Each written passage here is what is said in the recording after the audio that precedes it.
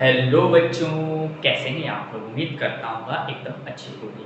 जैसा कि हमारा चैप्टर चल रहा था अल्टरनेटिव करंट। अल्टरनेटिव करंट में मैंने आपको प्रीवियस लेक्चर में एलसी ऑसिलेशन कराया था। एलसी ऑसिलेशन में मैंने आपको कॉन्सेप्ट प्लस उसका फील दिया था कि कैसे एनर्जी ऑसिलेट होती है, कैसे कैसे चार्ज ऑसिलेट होता है, कैसे करंट कम ज़्यादा होता है, जहाँ चार्ज कम होता है वहाँ करंट मैक्सिमम होने लगता है, ये सब बताया।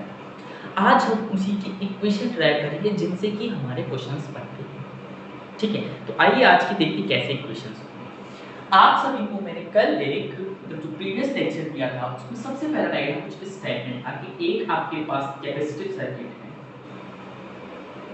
ये किसी इंडक्टर से लगा है और ये ऐसे, और ये कोई की लगी है ऐसे ऐसे, ठीक है, ये इंडक्टर है।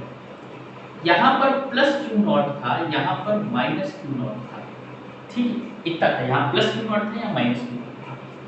जब ये की क्लोज होती थी, ये जो टाइम था यहाँ पर करंट जीरो होता था और टाइम जीरो होता था। Then current flow after some time, मतलब कि मैं कुछ समय की बात ले रहा हूँ। वहां पर बहुत से मैंने केसेस बताए कि हमने बोल दिया आफ्टर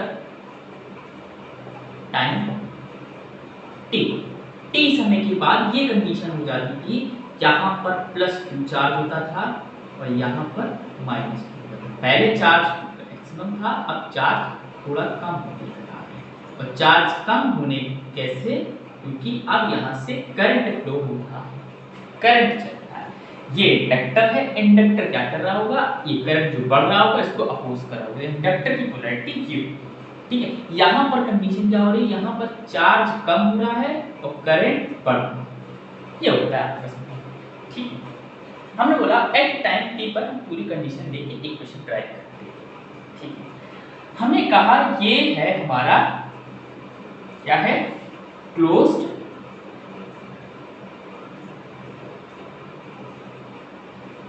लूप। तो हम यूज करेंगे Kirchhoff law, Kirchhoff loop law. कौन सा वाला, पोटेंशियल वाला। क्या होता है किरचॉफ लूप लॉ, ये होता है सभी के पोटेंशियल का summation is equals to zero होता है।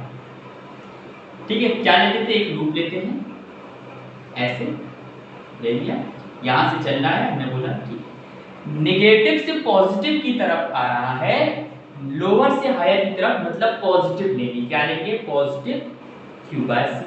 पोटेंशियल लिखते हैं तो कैपेसिटेंस का पोटेंशियल क्या होता है, क्यू बाय सी।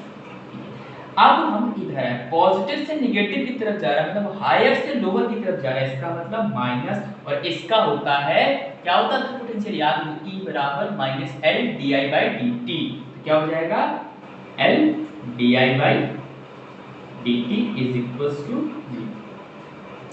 देखना है इसका पोटेंशियल क्या होता है। ठीक है, अब मैं बोलूंगा कि भाई साहब एक बात बताओ, यहां पर जो di बाई dt है, करंट क्या हो रहा है, देखो चार्ज घट रहा है, चार्ज घट रहा है ना, तो चार्ज का डिक्रीज मतलब रेट जो हो रहा है, चार्ज समय के साथ घट रहा है, dq बाई dt माइनस, तभी तो हो रहा है, माइनस करेगा तो यहाँ जो करंट होगा वो निगेटिव। ठीक है, हमने बोला ठीक है। तो हमारा अब यहाँ पर अगर मैं इसको डिफरेंशिएट कर दूं दोनों साइड, तो ये हो जाएगा di बाई dt और ये हो जाएगा माइनस dq का स्क्वायर बाय dt का स्क्वायर। ये होगा, डिफरेंशिएट करा, बस इधर डिफरेंशिएट करा, वो इसका। तो अब हम इसको इधर रख देंगे, तो ये हो जाएगा plus q by c, minus था माइनस है, और ये di बाई dt की जगह ये आ जाएगा, तो ये हो जाएगा plus l dq square by dt square. क्या होगा, माइनस था ऑलरेडी और ये वाला आया इसकी जगह, di बाई dt की जगह, देन ये होगा इज इक्वल्स टू 0। ये अभी हमारा इतना बन रहा है। ठीक है, हमने बोला कि हम इस पूरी इक्वेशन को डिवाइडेड बाय किससे कर दें, l से, डिवाइड बाय l, l से डिवाइड कर देते हैं ये पूरी इक्वेशन को। जैसे ही l से डिवाइड करेंगे तो हमारा मिल जाएगा ये dq square by dt square plus, इसको आगे ले ले कोई दिक्कत नहीं, QLC इज इक्वल्स टू 0। अगर अब आप क्लास 11th पढ़ के आए हैं, ऐसे फांद के पास नहीं करके आए हैं, तो क्लास 11th में सिंपल हार्मोनिक मोशन SHM में ये इक्वेशन होती है। SHM की जो इक्वेशन है, सोचो क्या ये SHM की इक्वेशन है? अरे क्या ये है ही SHM की इक्वेशन। अरे आप लोग कहेंगे आप लोगों ने SHM की इक्वेशन क्या पढ़ी है? ये SHM की इक्वेशन है, बताओ आप लोगों ने SHM की इक्वेशन क्या पढ़ी होगी? dx square by dt square plus omega square into x बराबर 0, ये पढ़ी होगी SHM की इक्वेशन। ये क्या है? डिस्प्लेसमेंट के साथ, ठीक है। अगर मैं इसका एक जर्नल सॉल्यूशन इस इक्वेशन का, डिफरेंशियल SHM इक्वेशन है, डिफरेंशियल SHM इक्वेशन, इसका जर्नल सॉल्यूशन लिखा जाता है तो वो होता है x बराबर x naught sin omega t plus phi, where x naught is maximum displacement. ये क्या होता है? Maximum displacement. ओमेगा क्या है सबको पता, फ्रीक्वेंसी टाइम वेलोसिटी, ठीक है। ये SHM की इक्वेशन, तो यही तो ये है सेम। अगर आप मिला के देखो तो अगर समझ पा रहे हैं ये SHM कैसे होगा, नहीं समझ पा रहे, अरे देखो ना, यहाँ x था तो यहाँ q है, तो यहाँ ओमेगा, यहाँ x है तो यहाँ q है, तो ठीक। हम अगर आप इसका जनरल सॉल्यूशन लिखेंगे, ये SHM की इक्वेशन की, इससे मतलब नहीं है, हम इसके बाद इधर आए, हमने बोला इसका जनरल सॉल्यूशन लिखेंगे। अगर जनरल सॉल्यूशन तो इसका हो जाएगा dq है तो मतलब q is equals to q naught होगा, अरे यार x नॉट होता है या q नॉट होगा, साइन यहाँ पर ओमेगा t होता है, यहाँ पर फाई होता है, यहाँ पर ओमेगा क्या लेंगे बताओ जरा, ओमेगा क्या लेंगे? हमने बोला अगर आप कंपेयर कराएंगे तो q तो x से कंपेयर हो जाएगा, ओमेगा है, ओमेगा स्क्वायर है l पर, आपका ओमेगा स्क्वायर यह 1 बाय LC, तो ओमेगा क्या हो जाएगा 1 बाय रूट LC, तो ओमेगा की जगह क्या रखते हैं? ओमेगा ही रखेंगे हम, और t plus phi, where omega is equal to ये, ओमेगा क्या है ये, वेयर ओमेगा ये। मेरे ख्याल से समझ में आया, कुछ नहीं करा, इससे कंपेयर करा के इक्वेशन, ठीक है। q is equal to q naught sin omega t plus phi, ये क्या है? ये अब इसकी जनरल सॉल्यूशन है। यहाँ पर x नॉट था तो मैक्सिमम डिस्प्लेसमेंट था, यहाँ पर q नॉट है तो ये maximum charge, understand? I think समझ में। और ओमेगा क्या है? अच्छा, कुछ लोग कहेंगे कि भैया ये omega is equals to 1 by LC है, क्या इसका रेजोनेंस के साथ कोई संबंध है? नहीं, ये कान खोल के सुन लो, इसका कोई भी संबंध रेजोनेंस के साथ नहीं है, नो रिलेशन विद रेजोनेंस। लिख लो चाहो तो, लिख no relation with resonance, resonance के साथ कोई संबंध नहीं है, नाता ही नहीं इसका। अब बात आती है फाई क्या है? इस फाई को बोलते हैं इनिशियल फेज, ठीक। अब ये निकालते हैं फाई कैसे निकलेगा, इतना नोट करिए, जल्दी से छाप लीजिए, छाप लीजिए, जल्दी से छाप लिया, छाप लीजिए, हो गया, नहीं लिया था। मैंने बोला कि एट, ठीक है, ये फाइव निकालते हैं। हमने बोला एट, देखो ये इक्वेशन है, ये इक्वेशन बनी है, ये क्या है? जर्नल इक्वेशन है, ये जर्नल सॉल्यूशन है और जर्नल इक्वेशन है, ठीक है। हमने बोला at t is equals to 0, जब समय 0 था तो जो ये चार्ज आ रहा है ये पूरा चार्ज q नॉट के बराबर ही तो होता है, जब समय 0 था तो पूरा चार्ज q नॉट के बराबर है, ठीक है। तो हमने ये q is equal to q naught इस इक्वेशन में रखा और t इज इक्वल टू 0 रखा, तो q की जगह q नॉट आया और q नॉट ऑलरेडी था sin ओमेगा, और t की जगह 0 रखा तो ओमेगा इनटू 0 प्लस 5, ये तो 0 हो गया और ये q से q कट गया, यहाँ 1 आया, ये हो गया sin 5, sin 5। ये ये साइन 1 क्या होता है, साइन 90 होता है, sine 90 is equals to sine phi, then phi is equals to 90, phi equals to क्या है 90 डिग्री। यही तो आया, मतलब इनिशियल फेज कितना है 90 डिग्री है। तो क्या फिर हम एक चीज कह सकते हैं, इसकी एक और इक्वेशन लिख सकते हैं? हाँ लिख सकते हैं। इक्वेशन ये हो जाएगी q is equals to q naught, q is equals to q naught sine omega t plus 90, ये हटा दें।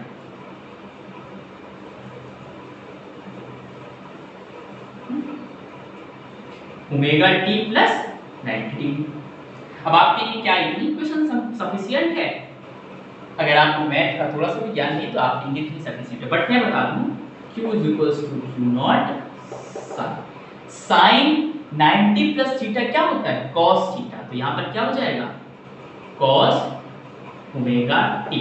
अब ये बनी है चार्ज की इक्वेशन, ये है चार्ज की इक्वेशन। अगर आप समझे क्या है ये आई, मतलब अगर हम सिंपल भाषा में ये तो हम बोल दें q is equals to q naught cos omega t, omega क्या होगा 1/√LC, ठीक है। और ये कब होगा at t is equals to 0 और जब q is equals to q naught हो, टाइम 0 हो और q is equals to q naught हो। अदरवाइज क्या जनरल इक्वेशन है, this is a general equation k q is equals to q naught sin omega t plus, और ये कब के लिए है जब समय 0 हो और charge is equals to maximum charge, और ये जनरल इक्वेशन। उम्मीद करता हूं इतना सब कुछ समझ गया आया, ठीक है ना, आ गया, नोट कर लीजिए, नोट कर लिया, कर लिया, चलिए हो गया कब तक मानते हैं।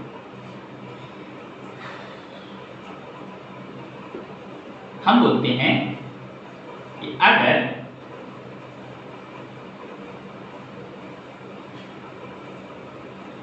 ये आई आपकी इक्वेशन, हमने बोला कि ये तो चार्ज की इक्वेशन है, what is the relation between current, current भी तो ऊपर नीचे होता था, करंट की इक्वेशन क्या होगी, तो हम बोलेंगे आपको अभी बताया था मैंने I इज इक्वल्स टू में क्या लिया था dq/dt लिया था, क्योंकि चार्ज डिक्रीज हो रहा था, ठीक है।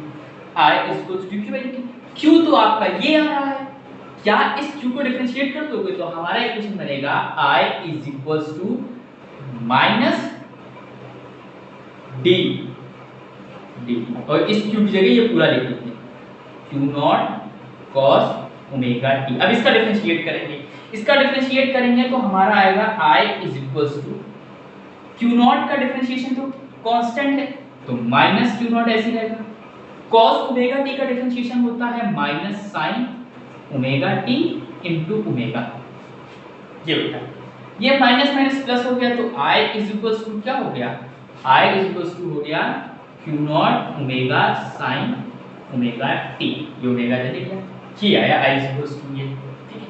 बट हम कहेंगे कि भाई साहब हमको बोलने की आदत है q is equals to q naught sin omega t या cos ओमेगा t, या I is equals to I naught sin omega t या cos ओमेगा t, यहाँ I नॉट बची तो q नॉट बाय ओमेगा है, हमें इससे काम नहीं चलता, तो हम बोलेंगे ठीक है मान लेते हैं, हमने तुरंत मान लिया, अपने दिल की बात सुन ली, हमने बोला दिल बोला कि I is equals to I naught sin omega t, where I naught is equals to q naught by q naught into omega. अब आप कहेंगे भैया आपका दिल बोला आपने ये ले लिया, ले लिया, हमारा दिल नहीं बोल रहा है, हम नहीं कहेंगे प्रूफ है कोई ये इसको तो ये होता है, हम बोलेंगे फिजिक्स बिना प्रूफ के चली नहीं, हम प्रूफ दिखाएंगे, ठीक है। हमने इसका प्रूफ दिखाते हैं, हम बोलते हैं कि आपको पता है कि एनर्जी कांस्टेंट होती है, मतलब कि इसकी एनर्जी बराबर इसकी एनर्जी, इस टाइम पर जब करंट उसके टाइम की 0 पर है, यहाँ एनर्जी कांस्टेंट है, जीरो है, एनर्जी कांस्टेंट है, तो जब एनर्जी कांस्टेंट है तो हम बोलेंगे कि जो इसकी एनर्जी है, इसकी एनर्जी का फॉर्मूला होता है नॉट स्क्वायर बाय 2c, या q स्क्वायर बाय 2c होता है, यहाँ नॉट इसलिए लगाया क्योंकि चार्ज क्वांटिटी है, और is equals to 1/2 L I naught का स्क्वायर, ये होता है, ठीक है। मैंने बोला ठीक है, इस आई नॉट को इधर ले आती, then I naught is equals to, और ये जो एल है, एल को इससे नीचे, ये 2 से 2 चला गया, देखो पहले 2 से 2 चला गया, आई नॉट को इधर ले आया तो बचा क्या, क्यू नॉट का स्क्वायर बाय एल सी, ये बचा आई नॉट है, आई नॉट स्क्वायर है। अब आई नॉट चाहिए तो आई नॉट स्क्वायर था, तो स्क्वायर हटाया तो इससे तो स्क्वायर चला गया, बट स्क्वायर अंडर रूट रख दिया, ये हो गया Q naught by L C. और आप सभी को अभी बता के आया हूं omega is equals to 1 by L C होता है, रूट एल सी होता है, इसकी जगह ओमेगा लिख दूंगा, तो I naught is equals to Q naught into Q. लीजिए भाई साहब, आपकी मन की शंका दूर कर दी हमने, आपको एक्सप्लेनेशन भी दे दिया, I is equals to Q naught by omega होता है। उम्मीद करता हूँ ये सब चीजें समझ में आ रही हैं, लेकिन फिर हम कर ले चुके। अगर आप मेरा प्रीवियस लेक्चर देख के नहीं आ रहे हैं तो सब ऊपर से जा रहा होगा, ठीक है, तो प्लीज प्रीवियस लेक्चर देख के आए, देन फिर उसको देखिए, बहुत मजा आएगा, ठीक है। ये बात थी हमारा करेंट और इसका क्वेश्चन है। अब हम कहेंगे कि ग्राफ देखते चलिए, इतना नोट करिए, ग्राफ देखते करें, जल्दी छाप लीजिए, पॉज करके छापिए, पॉज करके, पॉज करके छाप लीजिए, चलिए। और हम बोला कि हम ग्राफ देखते हैं,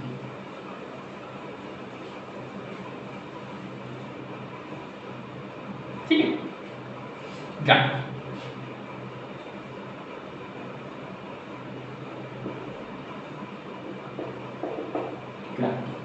हम किसके बीच में ग्राफ देखते हैं, देखो इक्वेशन क्या होती है, q equals to q naught cos omega t। हम ग्राफ देख रहे हैं चार्ज और टाइम के बीच में, टाइम, हम cos का सबको ग्राफ पता है, तो वही cos का ग्राफ बनेगा, हम ऐसे इंटरवल बना देंगे और आगे जाएंगे, चलिए। हमने बोला यहां से cos ऊपर से होता है, नीचे से होता है, बट यहां हम ऊपर से लेंगे, क्यों लेंगे, क्योंकि चार्ज अपनी मैक्सिमम पर बैठा है, t इक्वल टू 0 पे बात। हमने बोला हम ऐसे आए, ऐसे है, ऐसे आए,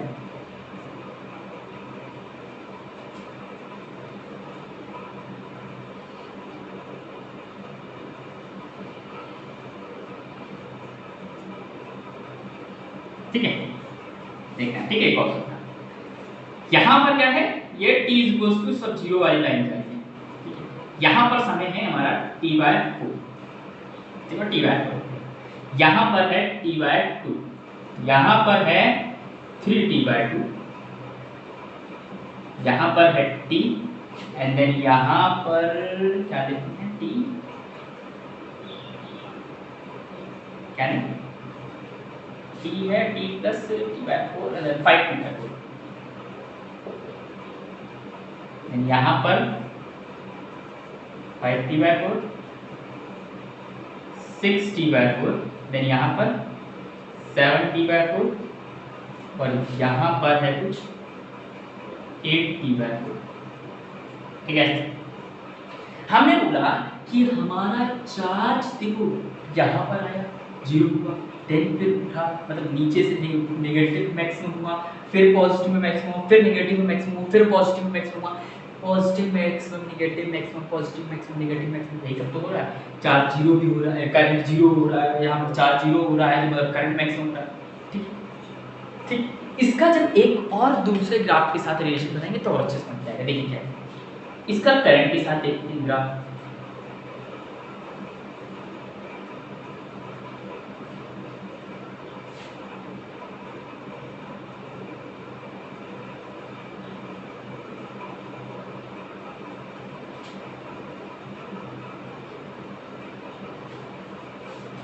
ये है करंट वर्सेस टाइम का ग्राफ। यहां पर जो इक्वेशन होगी वो इक्वेशन होगी q is equals to, sorry q क्या है, i is equals to i naught sin omega t, where i naught क्या है, ये सब बात। इसका साइन का ग्राफ कुछ ऐसा होता है, ये ऐसे गया, ये ऐसे गया, ये ऐसे गया, ये ठीक है, चाहो तो इसको ऊपर ले वही सब समय t/4 t/2 3t/2 t 5t/4 6t/4 7t/4 8t/4।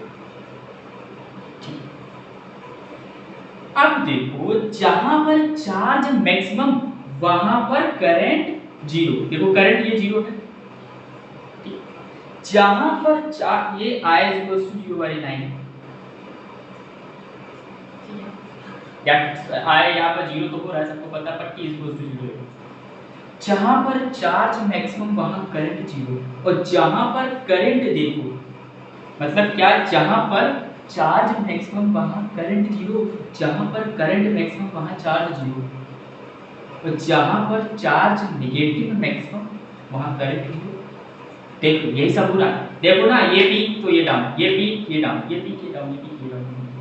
क्या हो रहा है, जहां पर जो मैक्सिमम हो रहा है वहां पर ये मैक्सिमम ये मिनिमम, ये मिनिमम ये मैक्सिमम, ये हो रहा है। ठीक है, ये है ग्राफ, समझ में आया? ये कब कंडीशन है, जब इसके अंदर कोई इंडक्टर नाम की चीज है।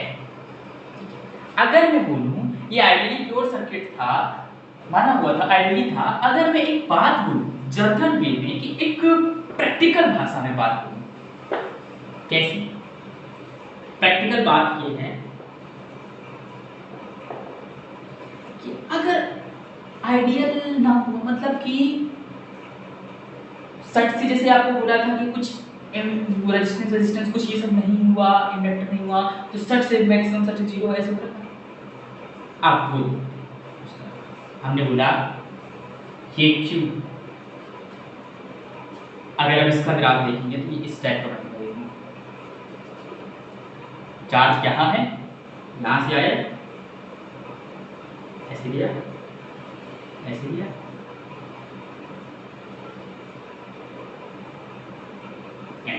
खत्म। उसमें बढ़ घट रहा था, बढ़ घट रहा था, बढ़ घट रहा था, इसमें एक बार बढ़ा फिर बढ़ा, घटा फिर बढ़ा, फिर बढ़ा, क्या ये, और इसको डैम्प्ड ऑसिलेशन बोलते हैं।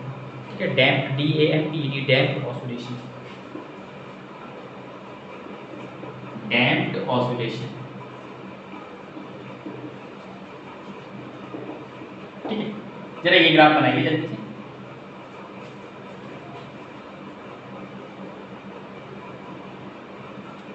ठीक है, बन।